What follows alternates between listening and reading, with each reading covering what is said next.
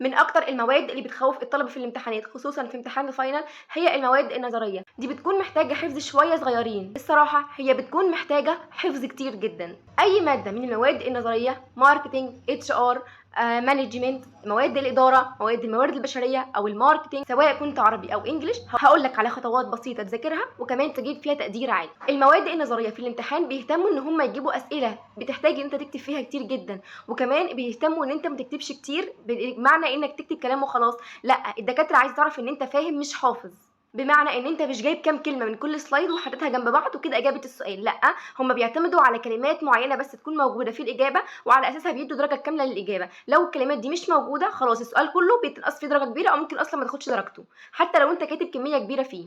ممكن في سنه اولى وثانيه يبدا ان هم يقولوا لكم المواد الكميه اللي بتدخل قبل الميد ترم ما بتدخلش في الفاينل. ده غالبا بيحصل في الاول، لكن بعد كده لا، ده اللي بيكون قبل الميد ترم هو اللي بيكون في الفاينل. فتعالى بقى عد 10 11 شابتر داخلين معاك في الفاينل، هتذاكرهم ازاي؟ اول حاجه محتاج ان انت تواكب ما بين الاثنين، تمشي مع القديم وكمان تعرف الجديد، واستغل في المواد دي بالذات لو انت بجد عايز تحل بمجهودك ان انت عندك وقت كبير دلوقتي لحد امتحان الفاينل، تبدا ان انت تظبطها على الاقل لو حتى نص شباتر كميه الشباتر اللي عندك. الحاجه اللي انا بعملها وبتبسط لي الدنيا في الشابتر او كميه الشباتر اللي بتكون موجوده عندي هي ان انا بعمل اسئله. ازاي؟ بمسك البي دي اف. انت دلوقتي ممكن حد يبدا ان هو يقول لي الحاجات اللي هي قبل الميد ترم انا مظبطها فانا هبدا بالفاينل، مفيش مشكله.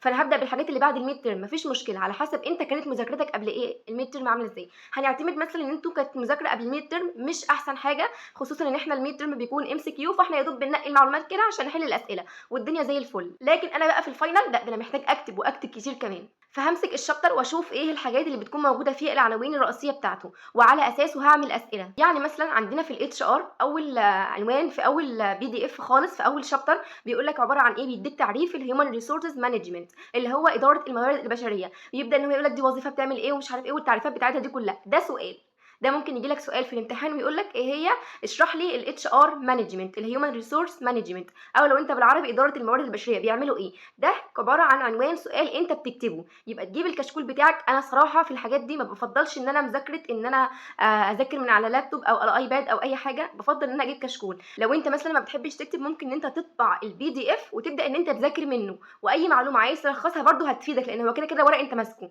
انا صراحه بحب ان انا اجيب الكشكول واكتب فيه السؤال واجيب الاجابه، لان الاجابه انا بلخصها بطريقتي، ما بعتمدش على طريقه البي دي اف 100%. دلوقتي مثلا لقيت في اول سلايد على اول سؤال انا كتبته لقيته مثلا ان هو عباره عن 6 سطور، ببدا ان انا الخصهم في حوالي مثلا ايه 5 سطور او 4 سطور ونص. بس الاهم ان يكون فيهم الكلام شامل السلايد كلها، الكلام يكون مفهوم. مش مثلا ابدا ان انا يكون 5 سطور وانا كاتبه 4 وخلاص والسلايد خلصت، لا، اكتب السته بس ملخصاهم شويه بحيث ان انا افتكر. طب هو مثلا حد يقول لي هو السطر ده هيفرق؟ هيفرق بجد ساعه الامتحان وانت قاعد في اللجنه لما انت اصلا مش فاكر الاجابه. هتدخل الامتحان اسئله كلها كتير هتلاقي دماغك سايحه، انت اصلا بتحاول انت تلصم المعلومات، فهيوفر عليك من مثلا 4 سطور ل 5 سطور ل 6 سطور، فبجد هتفرق وصدقوني في ساعه الامتحان. مسكت مثلا اول شابتر ومسكت كل عنوان فيه وطلعته كسؤال وجاوبت عليه ولخصته، خلاص مثلا اول شابتر انا جمعت منه 10 اسئله، وبعد ما خلصت ال 10 اسئله دي رجعت جبت ريكاب تاني سريع عليه كده، انا خلاص معايا الاسئله بالاجوبه بتاعتها بتاعت الشابتر الثاني هكذا والثالث هكذا. كل الشباتر اللي عليا ابدا ان انا اقسمها، مثلا في اليوم ده هذاكر شابتر لو هو طويل مثلا، شابتر لو هو شابتر قصير ابدا ان انا اذاكر شابترين، اقسمها لحد ما انا اخلص الماده بتاعتي سواء كانت قبل الميد ترم او بعد الميد ترم على حسب انت عايز تبدا بايه. بس انا بفضل ابدا بالقديم على طول عشان اخلص، بيكون كم كبير فبالتالي انا دماغي متعوده عليه قبل كده فمش هاخد فيه وقت كبير. يعني مثلا باخد بدل ما اخد شابتر من الجديد في يوم هاخد مثلا 3 شباتر او شابترين من القدام وهخلص الماده. مثلا ما بدل ما اقعد اسبوع في بعد الميد ترم لا، ده انا هقعد مثلا يومين هخلص اصلا قبل الميد ترم، علشان افضى بقى للي هو بعد الميد ترم وابدا ان انا اراجعه كذا مره علشان ده لسه جديد بالنسبه لي. كده انت عرفت كل شابتر انت هتطلع منه كام سؤال، واهتم في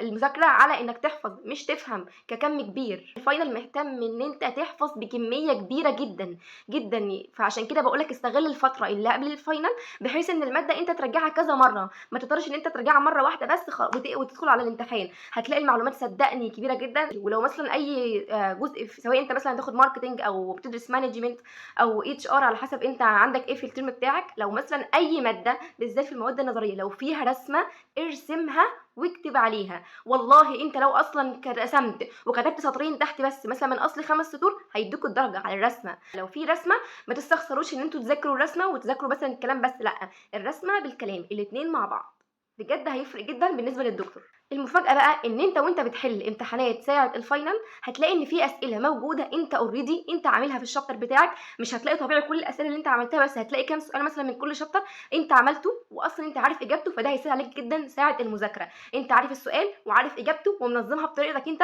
ملخصها بطريقتك أنت، مش مثلا بطريقة المذكرات أو بطريقة البي دي إف أو أي حاجة، لأ بطريقة شرحك أنت. قبل الامتحان لو لقيت فيه كام سؤال جداد ارجع عيد البي دي إف تاني واعرف إجابته، بدل ما كنت ساعة الامتحان بتتفاجئ إن أنت مثلا حوالي 10 اسئله في الشابتر انت مش فاهمهم وتبدا ان انت تحفظهم من اول تاني، لا هيوفر عليك بان انت مثلا سؤال او سؤالين في الشابتر هم يا دوب انت مثلا ما عرفتش تعملهم كاسئله ولقيتهم في الامتحان، يا دوب هتعملوا الاجابات وخلاص. انا عارفه ان الفيديو طويل شويه بس بجد دي الحاجات هتفرق معاكم جدا جدا، وانا شفتها ولقيتها في امتحان الماركتنج بتاعي والمواد النظريه، فبجد انتوا لو عملتوا الحاجات دي هتفكوا وهتتفاجئوا كمان ساعتها ساعه الامتحان. وده كان الفيديو الثالث من سلسله يلا نظبط المواد قبل الفاينل، وده كان الفيديو بتاعنا النهارده. ولو عجبكم الفيديو ما تنسوش تعملوا لايك وفولو وشير عشان غيركم يستفيد، واستنوا الفيديو الجاي. اكتبوا لي في الكومنتس لو عندكم اي اسئله.